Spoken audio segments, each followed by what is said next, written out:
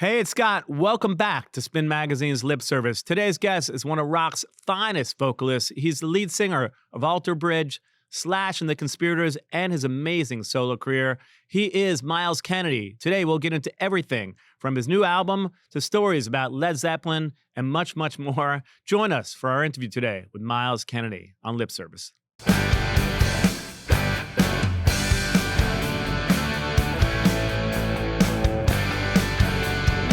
Welcoming back to Spin Magazine's Lip Service. I'm with the amazing Myles Kennedy. How are you, my brother? I'm wonderful. Thanks for having me. Thanks for coming. We were just talking about, there's so much good stuff that comes out of it. You don't want to start talking because we're not recording. But I was saying to you, I was going to talk to you about this. I went to see Jane's Addiction last night. Oh, you did? And I don't know, for me, like one of the most important bands in the last 30 years. I'm friends with those guys. I grew up in the same town as Perry. We've known each other for years. My first gig I ever did in LA was 1987. I opened up for them. So we had a crazy history together, but people had seen them the night before and apparently it wasn't great, but last night was like a magical experience. Were you a fan? Oh man, I'm so happy you're bringing them up because I was just talking about them with somebody over in London. So underrated, right?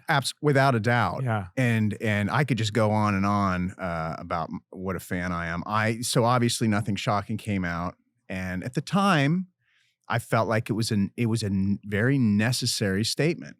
Right? I mean, things were happening in the 80s and it was great. But when that record came out, I felt like that helped kind of usher in what would be the 90s. Yeah. Right. And so I was a very big fan. I finally got to see them on the next record, on the Ritual tour. They played at a college in Cheney, Washington. And to this day, I would say one of the top 5 shows I've ever seen. Yeah, incredible. I was 17. Yeah. I was just talking about it, and I was in this band called Black Cherry. The singer was Paul Black from LA Guns. It was our first gig we ever did in LA at the Park Plaza Hotel. I was talking to Perkins and Eric Avery about it yesterday, and I show up to soundcheck. I'm a kid from Long Island. I'm 17. Perry and Dave are making out at soundcheck. They're, Perry's wearing women's lingerie. Lingerie. I don't know, women's lingerie. And I'm from Long Island. I'm like, what? I don't know what's going on. I just wasn't around that growing up. Right. And it was like he was climbing on the rafters during the show. And I was like, this band is going to change music. But interesting enough, when I started in LA, there was you had two camps, right? You had the GNR camp, or you had the Jane's camp, and Jane's was playing venues like the Scream and all these kind of underground. And then you had, obviously the hair metal thing became the Guns thing. And so I'm sure you were into both growing up, right? Absolutely. Yeah. In fact, both of those records, I think ultimately they informed me a lot and kind of eventually where I'd want to go. But what I loved about Jane's was the epic side of things. Yeah. So when you get to the next record, when you get to like 3 Days, right, which just one of my favorite epic journeys ever. And yeah, it's incredible. It's like it was hard to categorize. It was this combination of all these different things, but more importantly, and this is what I loved about Guns as well. It was dangerous. Dangerous, exactly. I'm so happy you said that because that's what's always missing to me in music today. And last night was dangerous. Perry was drinking a lot. I wasn't really happy about that because I don't know if he drank 1 or 2 bottles of wine, but I obviously am concerned because I want him to always be doing good. Right. But it was dangerous and it was magical though. I mean, I just was remembering back because I was kind of like reeling still from the show. I just got in at like 1 a.m. And it was so magical. And apparently the night before it was not great, but then last night it was one of those things where it really clicked. So I'm so happy that you were a fan too. Well, but that's what's interesting about bands like that. It's that you don't know. Some nights it's going to be stellar, and some nights it might. But that's the beauty of it. And yeah, I'm actually really glad you brought them up because I feel like I don't get to talk about them enough because I do. I think they're incredibly underrated, 100%. and I think bands like that and Faith No More, and I think Guns, even though it was in a different thing, but it helped. I think set the stage for what would be the whole movement in the 90s. I was telling Marissa that works with me on the show, without Jane's Addiction, you may not have Radiohead. You may not have half these bands because they really set the stage, and I don't think they get enough credit. But anyway, enough about that. It was just an amazing show. Yesterday we had on Zakk Wylde on the show. So your former rock star movie, bandmate. That was great. Kind of a full circle having you here today, right? It's funny. I love Zakk. I was telling Zakk, I think that's the first time, I think that's the the last time he didn't have a beard was that movie. And then after that movie, because he told me he put on like the fake beard. And then since then, he's had a beard for the last like 25 years, whatever it may be. But pretty amazing. Do you guys keep in touch at all? Not really. We just cross paths once in a while. Yeah. And he's always very, very cool. You know, that whole experience, I think he knew, he kind of took me under his wing when we were shooting the film. Yeah. Because he knew, he could see I was a fan, you know. And then when we finished up the shoot, he was like, "Hey man, come on our trailer, you know, we'll have a beer and talk." And he was great. You know, he gave me a box of his strings that I had forever. Like I kept those strings forever. Yeah, he was really great. And people forget he almost had like a little bit of a glam phase. I brought it up to him because he did have the big hair. I mean, now he looks like Thor or he's going to murder you. But he definitely had a little bit of a phase like everybody did during that. Did you ever have the big hair back in the day? Or so like Mayfield 4, that wasn't, you didn't have that. No. By that point, I was doing what a lot of us were doing in the 90s. We kind of cut our hair and we were trying to do, you know, I think I was my hair. I maybe bringing up Jane's Addiction. I was shooting for kind of more of the Dave Navarro look. Right. But yeah, I had at one point I had hair down to here, and then earlier I had, you know, I would try and spike it up. Yeah. My hair was a little too fine, so I had a real problem with getting it to stay up. Yeah. So you'd start to try and make it big, and I was like, yeah, it's not going to work. When we're done, I'll show you pictures of me. You'll be like, you're definitely not the same person. It's crazy. But anyway, you've been so busy that actually you dropped the single. Is it today the new single came out? I think, or tomorrow. I think tomorrow. Tomorrow, which is great. The record's amazing. I spent some time with it. I did, to be fair, I did get it like yesterday, but it's incredible. Thank you. It's a huge rock record. Such a departure from like the acoustic side of what you're doing and then a blues record. And also, you're so busy. I mean, you're in like 3 bands, right? At the end of the day, like, it's weird because there's guys like Maynard too that have like Perfect Circle and Tool and Pucifer. It's like, it's kind of normal. When I was growing up, you just had the one band. Right. But I guess for you, it's sort of normal to be in 3 projects, right? I think it's changed. Yeah. And I think Maynard is part of, you know, he's one of those artists that came out and made it all right to be in multiple bands, which is cool. He might have more than 3. I feel like he's got a lot of projects going on. Yeah. He's definitely he's a true artist, that guy. But you probably don't sleep, because at one point I think you did like 300 dates in a year, right? So do you get to spend a lot of time at home? Where do you live? You live in Washington, right? I live in Spokane, Washington. Right, okay. Yeah. And away from all the music. Yes. It's far away from all the music. But it's good though, because it helps me kind of like, you know, it helps me not be influenced by things. Yeah. You know, and it's far away from everything. And when I'm home, I can truly power down and, you know. Keeps you away from things. And you were on the show before, but it was years ago and it was over Zoom. And I really don't like Zoom, so I'm so happy to do this in person. So, you know, some of this might be a repeat of a couple years ago, but take me back a little bit to the beginning, just growing up and your first memories of playing music. I don't know if your parents were into music growing up. Yeah, well, my biological father, he definitely was. So he was. In fact, he would have been a musician. He was a really great viola player, but he saw the writing on the wall. I think somebody offered him a scholarship or something for it, and he was like, "I want to be able to provide for my family one day." Right. So thanks, Dad. Yeah. But not going into that. Yeah, right. But music was definitely being played. Like he loved Scott Joplin. He loved like Herb Halpert. But for me, it was when I saw Stevie Wonder the first time on Sesame Street. That was that changed everything. It's so interesting because Stevie Wonder, I guess, apparently influenced so many rock artists, and people don't know about that. I had on Julian Casablancas from the Strokes the other day, and he's like, my one dream artist was Stevie Wonder. I was like, I don't see that would be mine. The Strokes and Stevie Wonder, but maybe there's a mashup there that, but I get, was Eruption the first thing that kind of made you want to get into music? Into guitar. Yeah, because I already played trumpet. So, you know, I'd drive my parents crazy, you know, playing trumpet, and I was in the band and all that stuff. But yeah, I heard Eruption one day when I was probably 12 or 13. And then I heard Whole Lotta Love later that day. And I was like, oh, whatever that is, sign me up. Not a lot of rock bands with trumpet, I guess. Like Chuck Mangione, I guess, right? Right. I like Chuck Mangione. Yeah. That's, you know, we listen to yacht rock when we're driving around, my wife and I, and you know, that's dun, dun, dun. I love that. But were you thinking, you know, I guess when I look at bands, there's not a lot of openings for a guy, because I became a drummer just because I was like, I just started tapping on things early on. But we were like rock, trumpet, Eruption, it's not going to work out. I tried to play Eruption on the trumpet. The finger tapping part is very difficult at the end. It doesn't really work out.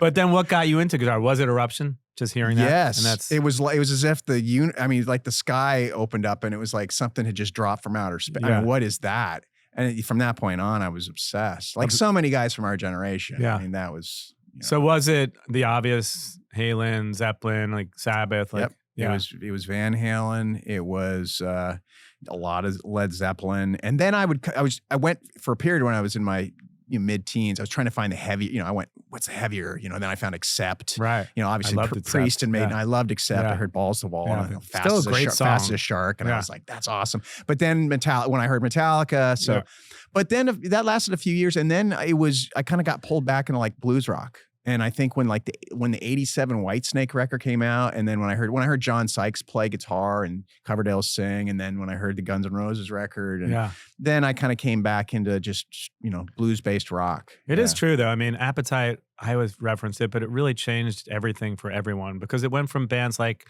Poison, let's face it, I mean, okay music, fun music, but it wasn't like serious music, to one of the greatest rock records of all time. And if you listen to it to this day, it still holds up as one of the greatest rock records of all time. So that changed it for, I think, a lot probably at what point did you decide, I think I want to do music professionally? I probably around the time when those records were coming out. Yeah, 87, 86. Yeah, 87. And it was when I made the decision I wanted to go to and study music. And we didn't have a lot of money. So the place I wanted to go was like the Musicians Institute at Berkeley, but I went there. Oh, you did? Well, I went to MI. I was talking to Zakk about it too. You either went to MI or you went to Berkeley. Right. I wasn't good enough to go to Berkeley because you had to be like a maestro. And so I went to PIT, which is part of the MI school. But when I went, and again, kind of repeating the conversation from yesterday, it was myself, Jason Newsted, who ended up joining Metallica, Right. This guy named Chuck Wright, who ended up becoming Johnny Colt, who joined the Black Crowes. We all were like in school together, and none of us knew we were going to do what we did. But yeah, it was kind of a cool thing. And I was saying to Zakk, I don't know if it's cool anymore, but growing up in 1987 in LA, that you went to LA and you kind of went there if you wanted to kind of make it. But so you went to music school because you just realized that this is what you wanted to do. Yeah, well, I went to community college in Spokane, and it was great. It was at the time, it was an amazing program. But just a side note, MIT is where we shot the video for the first video on this record. Say What You Will was done at MIT. True story. And for me, that was like full circle. I could never afford to go to MIT, but hey, you know what? Damn it, we made the video there. So, that was pretty awesome. But yeah, I went to this music or at this community college in Spokane Falls Community College, shout out. And I studied with some really great teachers. And so, but I got like a commercial music jazz studies degree. That was my thing. I was like a total jazz nerd by that point. And, but it helped. It helped kind of like as in fact, it was an ad for MIT, I think. Do you remember it was in the back of like circus magazines and the guitar magazines? And it was like, I think it was a Billy Sheehan quote. You got to know the rules before you can break them. Yeah, probably. And that was like just burned into my head. So I wanted to understand theory and all that to help me be a better musician. I think, if I'm not mistaken, him and Paul Gilbert were teaching at MI back then. Yeah, my memory is not great, but I remember a few things. So I do remember that. And at what point did you form your first band? Earlier, so probably like 86. Okay. I started jamming with some buddies and covers. Yeah. Well, actually, the first band we were called Rapscallion, and we weird name. I looked in the dictionary all night to find that word. Rapscallion. Rapscallion. It means like a little troublemaker. Okay. Which I wasn't, but some of my buddies were. So it was very appropriate. R.A.P. Scallion. Yeah, R.A.P. Scallion. Yeah. It's a weird name. So Rapscallion. But we weren't good enough to play covers yet, so we just started writing our own songs. And so that was fun. But then way lead away. And then about a year later, I was in a band with my buddy Zia Udine called Bittersweet. And that was like the first real band. And Zia is the drummer on my solo records. Yeah. Great drummer. Amazing drummer. Yeah. He's so good. And he's an incredibly human being. But so our musical relationship, we're coming up on 40 years playing together off and on. Wow. And what kind of covers were you doing back then? Because I always love these stories because people are like, we were doing the Cars or we were doing Metallica. And then sometimes the people that you're doing the covers of, you end up joining those bands, right? Like that's happened like the movie Rockstar. I guess, right. Well, I mean, what were we doing? We were doing Zeppelin. Because at one point we started doing like 6 nights a week in bars, 4 sets. So we had to have a lot of stuff. Everything from, Tesla. We do a little bit of Guns. We did. So you did Guns N' Roses covers. We did. Yeah. I didn't sing them. Oh, I just played guitar. Okay, right. I really wanted to put. I think I was the guy who was like, I like this new song. It's called "Welcome to the Jungle," right. And I remember we played it. We threw like this kegger, like you remember those things, and we charge our buddies like $1 to show up and play. Basically, a house party. But yeah, all that stuff we were playing. Now, if I'm not mistaken, one of my closer friends in this business is Matt Pinfield.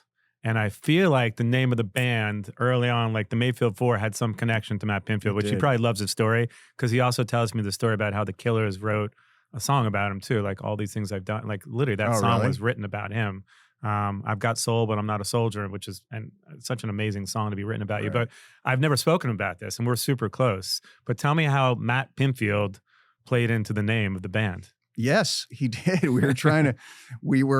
So this was Mayfield 4 a few years later, and we're trying to figure out what to call the band because we couldn't agree. And we had some horrible band names that were coming into the equation. Like Rat Scallion. Yeah, exactly. Exactly. But this is like, the mid 90s. So the name like Rap Scallion would not work, right? But somebody said, I always wonder what would it sound like? Because you remember 120 Minutes. Yeah, well, I think Matt was the host. Matt he was the host. And someone said, what would it sound like if Matt Pinfield said the name on 120 Minutes? And someone said, how about the Pinfield 4? And it would just coming up next, the Pinfield 4. And then they were like, well, there's a bar we used to go to called the Mayfair, the Mayfield or something. How about and we changed the word a little bit to the Mayfield. I'm assuming you told him that story, and he probably loves it. I'm sure he tells that story every time I talk to him. He brings it up. Were you listening to art? Because we were just chatting about Radiohead and the bands and how important that band was. So were you listening to artists like Jeff Buckley at all, and Radiohead and? Were they big influences on you? Both of which, that would be a huge understatement. Yes, I was listening to a lot of both those artists. Too much, arguably, especially with Jeff. On the first Mayfield record, his influence is all over that. But so was Radiohead. Yeah. The Bends is still one of my favorite records.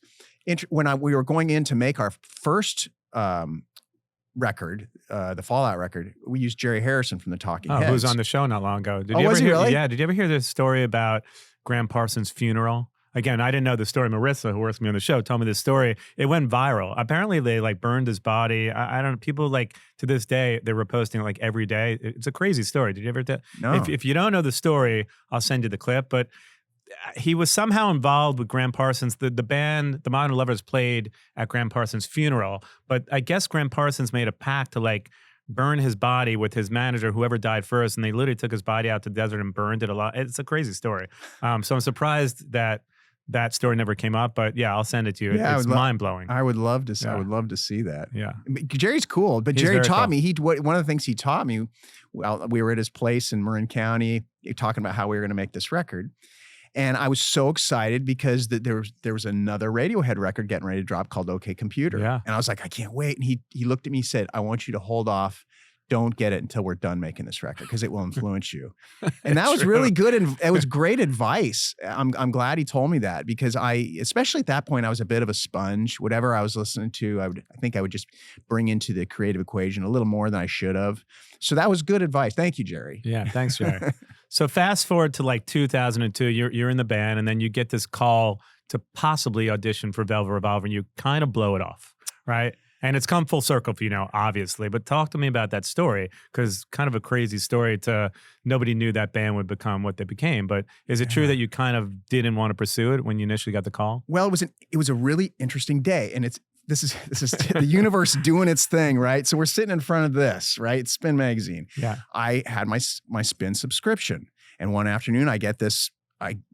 It shows up and it's on the cover. I think is Guns N' Roses or Axl's on the cover. I'm like, oh, cool. And I was looking through, just remembering back in the day and reading it. My phone rings 3 hours later. It's an 818 area code. I think it's my manager, and turns out it's Slash. I mean, it was. Now, had you known him or no? No, I'd never met. It was crazy. Like just the fact that all happened the same day. So yeah, he asked if I'd be interested in audition for something they were putting together, and I said, yeah, absolutely. He sent a demo, but. Here's the deal. I was kind of I'd spent 5 years at Epic with Mayfield. I was kind of in an interesting place psychologically. I wasn't sure what I was going to do. I was kind of damaged goods at that point, to be honest with you. As a writer, as a creative, I just needed some time to refill the well. So when I got the demo, I thought the music was killer. What was on there? Just all these different random ideas. Okay, nothing that I heard that turned into anything. Although there was a part that turned into a song called Ghost that he did with Ian from Ian Astbury, right? Yes, yeah, which is my great, brother, great song. I love Ian. He's the cool. Best. He's so cool. He's the best. We could do a whole episode about Ian. In fact, I did talk about him a lot last episode, but talk about underrated bands. We'll get into that in a moment, and one of the best. Anyway, go ahead. So you end up getting this. I get it. I spend 2 weeks putting stuff to it, and I just had to be honest with myself, even though it was an opportunity that you would die for, and I didn't know if my phone would just stop ringing from that point. If I was done, I was going to go back to being a guitar teacher or what. Because you were disillusioned with the business. I was freaking disillusioned, and I had to be honest and be like, you know what, man, this is a great opportunity, but this isn't the right time for you. It was something of that magnitude, and we connected again about a week later, and I was like, look, I'm honored, but I'm sorry, I'm taking my name out of the ring here. And which all my friends thought I'd lost my freaking mind. Yeah, because usually, I mean, you work your whole life to get those opportunities, and then you're like, well, I think I'm going to pass on this. Yeah, I just knew I wasn't. And then when I heard Zakk Wylde was in it, I was like, well, there you go. Yeah. And that's perfect. When you eventually heard Scott in the band, were you like, this is amazing. I'm sorry that I turned this down. No, I was like, I was like, this is the way it should be. Yeah, Scott was brilliant. Brilliant. He's one of my favorite frontmen, And eventually you reconnect with Slash. It's been, I think, like 15 years now that you've had this relationship. How's your relationship progressed with him since that first time you kind of got that phone call from that 818 number? It's crazy. It's just weird because then he called again 7 years later when he was putting stuff together for solo record. And, I had a little window of time and he sent a track that would become Starlight. And it's like to the day, we're talking like almost 15 years ago. And we just did a tour together earlier this year, and we all realized that we'd been playing together as a band for that long. Crazy. And we're just like, where did the time go? But I think that, it's something that we just love playing together. It's just a really good vibe. It's definitely anybody who hangs out in that camp and comes around there, like it's like a family. Definitely. So, yeah. I love some of those early records too, like Slash's Snake Pit with Eric Dover, and there's some great records. Who played in one of my all-time favorite bands. Jellyfish is my favorite band of all time. So again, another side episode. This is so weird because I was just talking with someone in London 2 nights ago about Jellyfish, about Belly Button. Okay, what's your favorite, Belly Button or Spilled Milk? I think Spilled Milk, just because it's like so ahead of its time, and it was like Queen. I love the first record, but then it's weird because I was also thinking the other day they only did 2 records. I know, and people always ask me like my favorite underrated band of all time, and I'm like, I don't know if you know the band. It's like a little cult. It's a club because people that love them. We need a tattoo. Yeah, it's like it was so ahead of its time. There's so much we can get into, but obviously, you have this incredible career. You end up hooking up with the guys from Alter Bridge. By the way, did you ever think Creed now would be as big as because they went away and I think for a while they weren't like a hot band, Creed. I mean, it's no secret that it was sort of people weren't like Creed, and then now they're like more popular than ever. I know. But did that ever, I never would have thought that, I guess. No, I think that the way it's all kind of played out with it, wasn't there somebody from a sports team that really got on board, like would play the song like in the, I don't know the exact that I don't know details. Something happened about a year ago or something, and it helped kind of bring it back into the kind of the consciousness of like pop culture. And so it's massive. But I guess in a sense, if you look at, we just had Linkin Park coming back. Oasis is coming back. I guess if you disappear for 10, 15 years in most bands, people are going to love you because it's nostalgic, right? It's the nostalgia. But if you have a good catalog and you had as much success as they did, people want to hear those songs. And the songs, of course. The song, it all comes down. And people always ask me, like, what's the difference of a band going here, going there? It comes down to the songs, right? An A&R guy once told me, he said, this isn't the music business, it's the songwriting business. 100%. Well, speaking about the songwriting business, this is your third solo route, and the first 2 solo albums were different, right? Acoustic, blues. This record is a heavy rock record, and it's all based on riffs. Yes. It's a great record, and I think the inspiration on this record was way different than the other records, because initially they were almost like concept records. Like, I think you were studying a lot of like Eastern philosophy or something, and this is just like balls to the wall, like rock and roll for this new record. It is definitely a riff-based rock and roll record, kind of classic rock, but trying to sonically have it still sound modern, But it was just time. It just felt like it was time to go down and dip my foot back in the back in the pool I started in, and riff out. But how do you decide? Because when I listen to a lot of these songs, and there's some great tracks in this record, again, some of them could be for Alter Bridge, some of them could even be for Slash, right? Like, again, I'm sure it's not conscious, but do you think, this one does feel like it could be better suited for Alter Bridge? I'm gonna not put it in on this record, but or do you think about that? Yeah, there were tracks. In fact, even when I was playing some of the demos for our producer Elvis, he was like, "Oh, that's definitely Alter Bridge. Save that for Alter Bridge." So you did that. That was sort of a conscious. Yeah. Oh, yeah. What makes it Alter Bridge versus this record? For me, it's a difference in the kind of the way I approach stylistically the riff. Right. So with Alter Bridge, the riffs tend to be they're straighter. They're a little more. There's a little bit more of a metal undercurrent at times, using different. Now we're gonna get all geeky, but kind of like using more modal, as opposed to pentatonic and blues bass, which is what I'm doing with the solo stuff. I'm keeping that more kind of from the hip and have a certain swagger and a certain swing to it. By the way, I'm a drummer, but Zakk Wylde kept speaking about scales yesterday, and I'm just like, I don't know what the fuck you're talking about. Because he mentioned pentatonic and some other scale, and I'm like, I can talk to you about paradiddles, but I really don't even know what you're talking about. But anyway, it's just I'll ease off. That's all right. Well, but yes, you're right. I mean, I feel like Alter Bridge can veer into more of a metal territory at some point. And this is definitely a rock record. But subject matter wise, what were you reading a lot for this record? Was it just because the art of letting go, right? Yeah. The concept behind that is really like just kind of chilling out and you know what, whatever it is that, So are you at a Zen place at the moment? I am. Yeah. Yeah. We're at that age, right? That's what it is. I don't want to stress anymore. I want to learn to just kind of roll with the punches. I don't need drama. Right. Not that I ever did. I've always kind of run from conflict and drama like the plague, but yeah, man, I'm just trying to just kind of evolve as a person and whatever time I have left, I want to enjoy that. It's funny because you play with Slash and you talk about danger and drama and rock and roll. I mean, no band had more drama and danger than Guns N' Roses.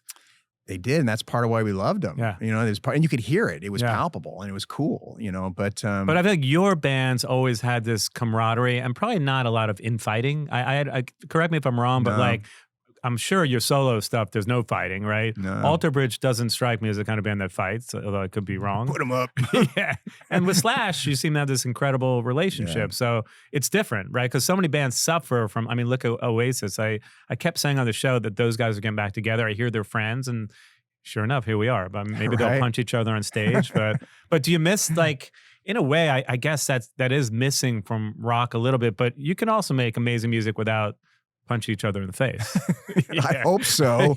I hope so. Yeah, there's something to be said about like kind of feeding off of drama in some way, shape, or form. But I choose not for that drama to come from the band. Yeah. I'll take it from other parts of my life, whatever my internal weirdness. A lot of the stuff with me, frankly, is I'm just somewhat neurotic. Yeah. Same. And I'm trying, right. So it's like I'm just having my own fist fights in my head. Yeah. That's really what's going on. So a song like Say What You Will, I know you've referenced Fastway because I did love that song growing up. But you didn't really think about that. And you're writing a song, just then maybe a year later it's released into the world. Oh shit, that song like that's exactly what happened. And I felt kind of dumb because I was like, that's right. That's a Fastway title. Yeah. It was one of the first songs I learned on guitar. Yeah. It was because in the same day I learned like Breaking the Law. I think a friend tried to show me. It's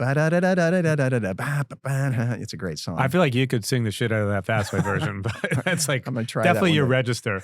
But that song is about what? Because I know there was like you mentioned we were talking about Dire Straits and Mark Knopfler, and you're going through that phase. And by the way, there's other songs on the record that I can definitely hear within the first couple seconds that Dire Straits influence. Yeah, Mark Knopfler is one of my favorites, and so there's definitely a tip of the hat to him at times. There's a tip of the hat. We were talking about underrated bands. There's a band from Canada called Big Wreck. And I'm telling you, don't know them. You got to check out. Well, we're going to do a top 5 underrated bands because I feel like this whole episode could talk about. We already know what's number 1, but we'll save that to the end.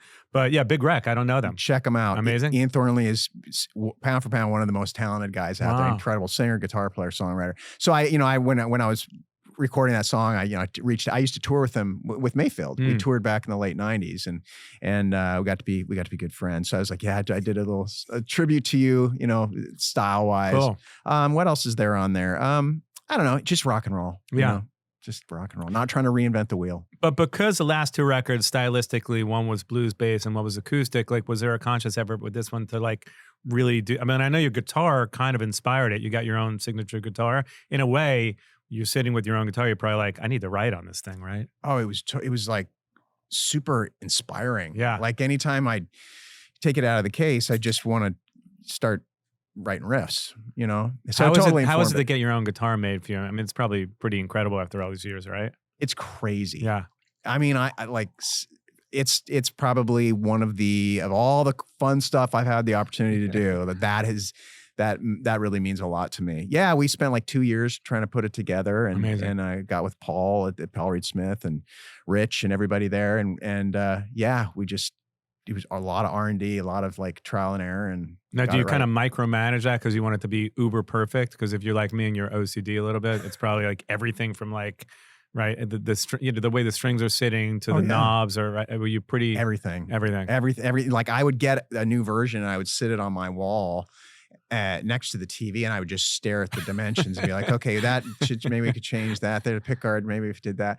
And the nice thing is they were cool with all of it. They were never like, no. Well, there might've been one thing. They're like, you sure you want to do that? At one point I contemplated on the pick guard having have it be a 3-ply pick guard. This is getting guitar nerdy, so it would have like a white, outline.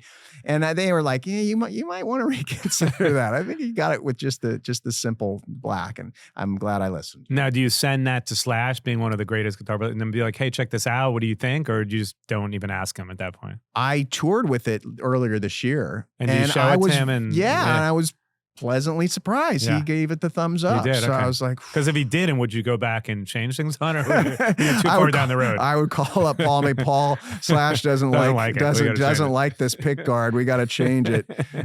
Talking about another song on the record, which I love, Mr. Downside, and the story behind that song. One of my favorite tracks on the record. Cool. Thank you. Yeah. The like lyrical story is just I've gone through life kind of being a bit of I can be a bit of a pessimist, right. you know? See, I don't see that when I meet you. People always say that, but when you get me alone in a dark room with the voices like in my Larry head. David or something? Yes. There's a reason that's one of my favorite shows of all time, right? We might be the same person. We kind of Jane's look alike. Addiction, I don't know. It's right? Kevin Bacon. I get it too. I don't know. The whole thing. We're the new Bacon brothers. Let's go on tour. That's true. We'll be doing a tour after this. It'll be a podcast. We'll talk about Jellyfish. Exactly. Or we could go out and just play Jellyfish covers. Yes, that could be. We could DJ Jellyfish covers or Let's something. do it. That sounds great. So anyway, talk about Mr. Downside. Talk to me about this story. Yeah, that's one where I'm just, it's basically the conversation in my head, and it's just trying to talk myself kind of into remembering to live life with the glass half full as opposed to half empty. Right? Because with everything going on in your life, you would figure you have a pretty incredible life, but you do wake up thinking some things could be better. But what could be better after you have, gold and platinum records, you're touring the world, and you live your whole life to get to these moments, but people don't see that, and they think you've got to be super happy. But you're probably like me in that sense, right? There's things that can bother you, like, there's not enough salt on the egg. I don't know, whatever it is. Well, but with that said, I feel like I've done a lot of work, and I'm much better now. So yeah, I'm very cognizant of the wonderful life that I've somehow managed to literally fall into. I have no idea how it happened, but it happened. So yeah, I think it's more about like kind of existential threats. Like I'm a bit of a hypochondriac. Same. Okay. We need to do this tour.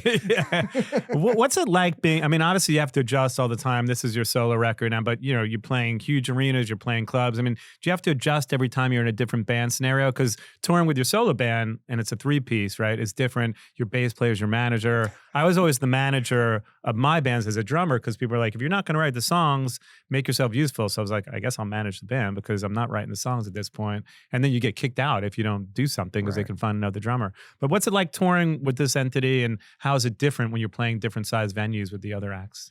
It's really great. As my voice cracks, I just hit puberty finally. No, it's cool because there's a definite challenge to it because it's a 3-piece, which I really like. It is every night I go out there and it's, I've got this great rhythm section, but I'm trying to hold down the fort with guitar parts and the vocal parts. It's interesting because Tim, my bass player and manager, we were talking about this the other night. He's like, you're really hard on yourself in that out of the 3 bands, you're hardest on yourself with your solo stuff. I'm like, well, yeah. It's all me. It's all, yeah. If something goes wrong, it's going to be blatantly obvious. So yeah, but I like that. I actually kind of need that challenge because then when I go back to the other bands, with Slash, I'm just fronting it. I'm playing a little bit of guitar, not much. And with Alter Bridge, it's Mark is playing guitar with me. And so it's kind of this wall of sound. And if one of us, isn't having a great night, it's not as obvious. Whereas if in this realm, Myles isn't having a good night, you're going to know it. What are your thoughts, Myles, on backing tracks, even keyboards? Because so many artists go out there and, you might see an artist now like Dua Lipa where she's not even singing. I mean, I don't want to start any rumors. Right. I did not start this rumor, but you do see clips and you're like, I don't know if that person's even singing. You have an incredible voice. But for a 3-piece, if you want to fill out the sound, I don't think there's anything wrong with adding a keyboard track or even backing vocals to a certain extent, as long as you're also singing. Do you have any thoughts on bands using tracks and things like that? Because if you look at Sammy Hagar tour now, he's doing the best of both worlds. And we just want it to be completely live and we got a keyboard player. And there's a lot to fill up sometimes when you're a 3-piece. Yeah, I think that for me, where I kind of draw the line is if it's vocals, like as far as lead vocals. I mean, you don't need to do that. Well, I would prefer not to, because then I feel like I'm just kind of I don't want to start stuff either. But for me, it's like that I want to do, and also even the guitar parts. But if it fills out sound, if you were to have a pad of a keyboard or you track something in the studio and you flew in a stem for because you couldn't afford to have it, as in our situation, it's we got to stay a 3-piece and this part's really important. But we haven't really integrated that yet. Maybe we will. Maybe we'll go out on this record and go. Or even when you're doing a solo, just to have a something guitar under you. Yeah. Well, what we're going to try this time, and I'm excited about this. Tim he just ordered some bass pedals. Oh, that's cool. So if you're there and you see him dancing around on stage, that's Tim playing bass and playing bass pedals. Yeah. I remember years ago the way we used to do it was we used to play to mini discs. You remember those things? Yeah. And I remember I was in this band many years ago with the guys that eventually became Steel Panther. We had a disco band together, believe it or not. It's a crazy story. But all those guys, like Russ and those guys, we had a disco band. We used to play Saturday Night Fever to whatever. And I remember playing a mini discs and they would skip.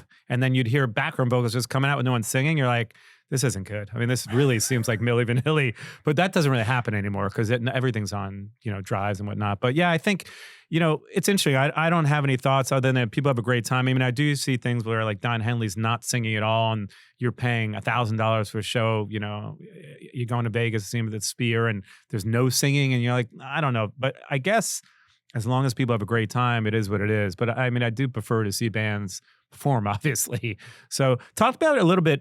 We didn't touch base on when you got to sing at the VMAs with Guns N' Roses and what that was like, having been a fan growing up and also clearly playing with Slash, but also performing those songs, as you said, in a cover band when you were however old you were at that point. That was something I'll never forget. It was amazing in the sense that just what you said, the fact that I played those songs and then fast forward X amount of years later and I'd be standing on stage with them, kind of filling in or whatever. It was great, but it was also a lot of there's a lot of gravity to the situation. Yeah. And to be totally honest, I kind of thought there was still a chance that everybody else would show up at the last minute. I remember standing, while they were doing their acceptance speech and all that. And I remember kind of looking at one of the doors. You're thinking Axl's going to walk thinking everybody else will walk. Right. Axl and Izzy and everybody will come in. And I was like, and then I'll just go watch this great show. Yeah. And it's suddenly when I heard clapping and I saw people going and grabbing their instruments, I remember thinking, oh boy, this is happening.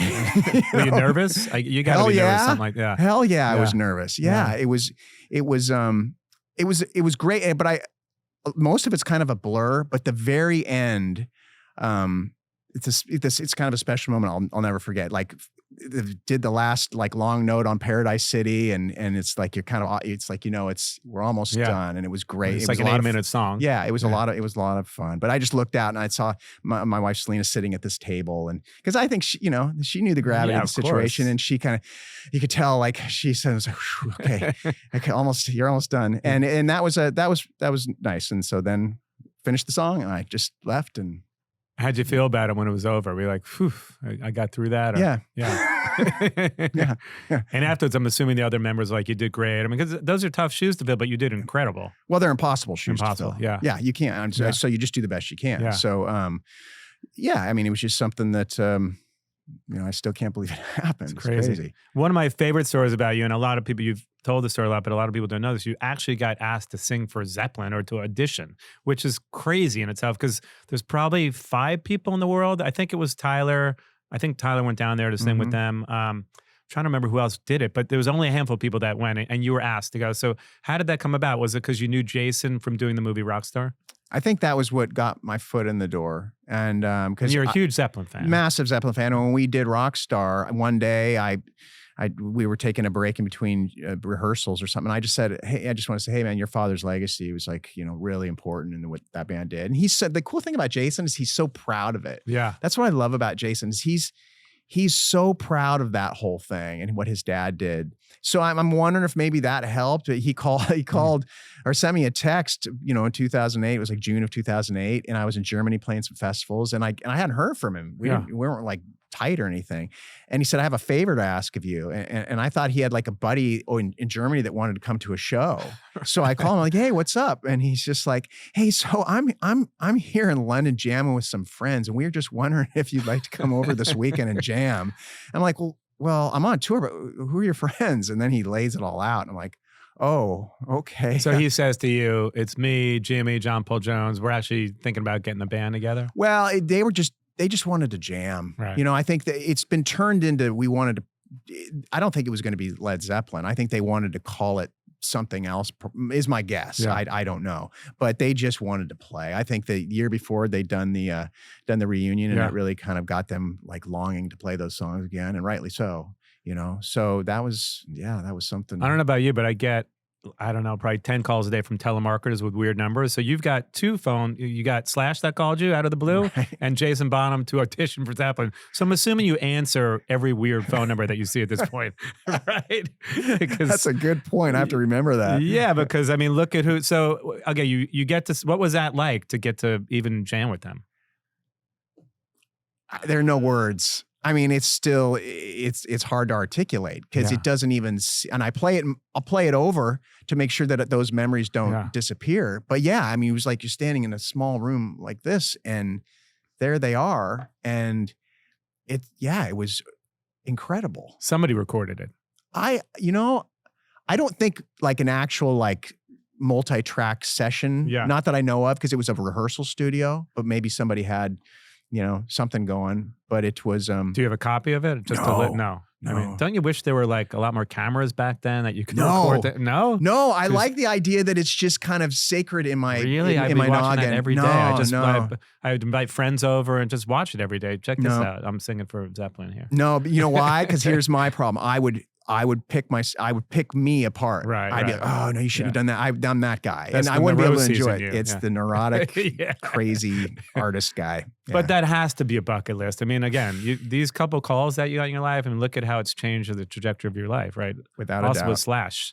Without a doubt. So the new record, going back to the new record, the single's getting released tomorrow. Another great track, right? And the record drops, I think, October 11th.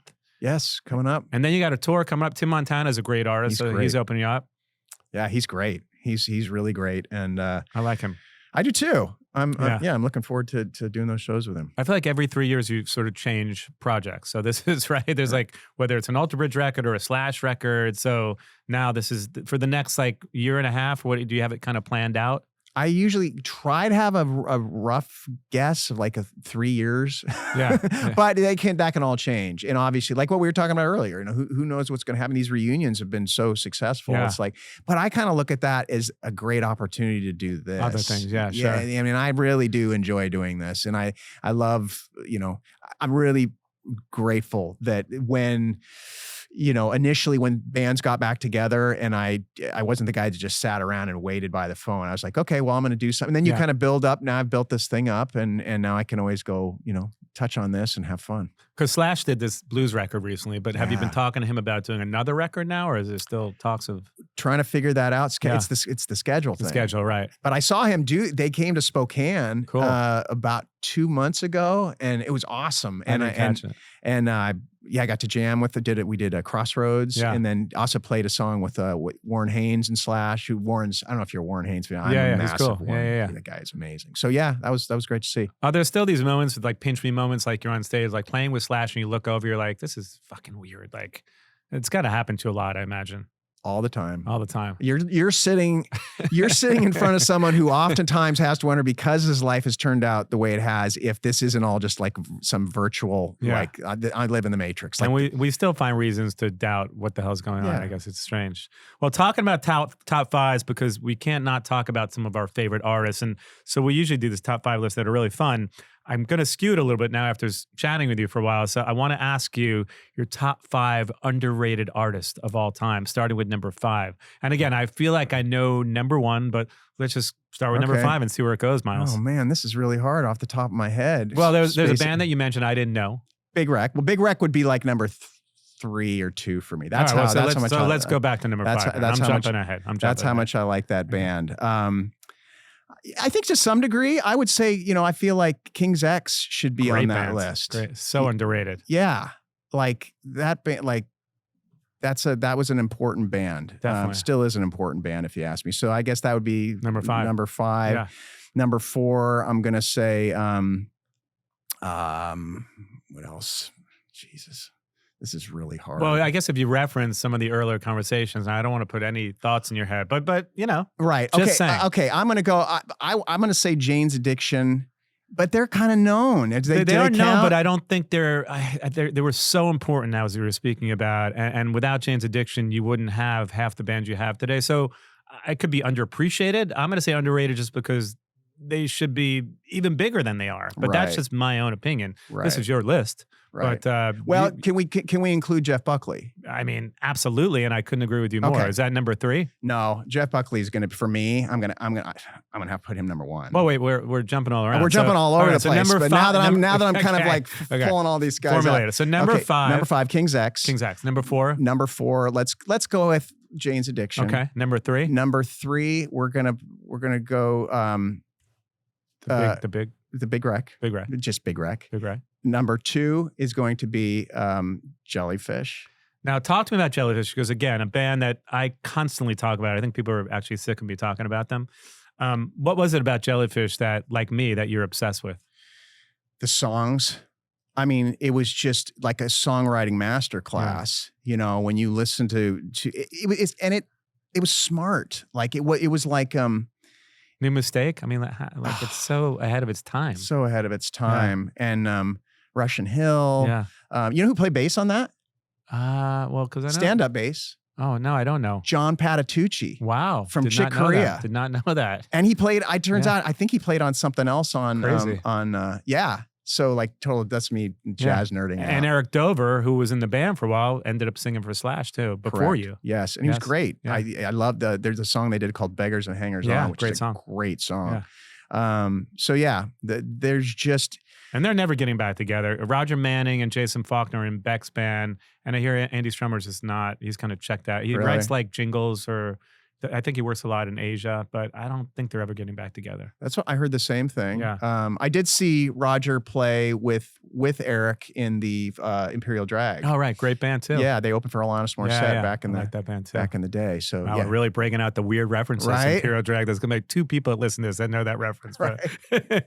And the number 1 most underrated band for you, Myles Kennedy. Well, I mean, some would say this is somewhat more well-known, this artist, but to me, Jeff Buckley is like, he's the alpha and the omega. I mean, like when I heard Grace, that was life-changing. I'm not sure if there would be a Tom York without Jeff Buckley. Oh, without a doubt. Yeah. I totally agree with that.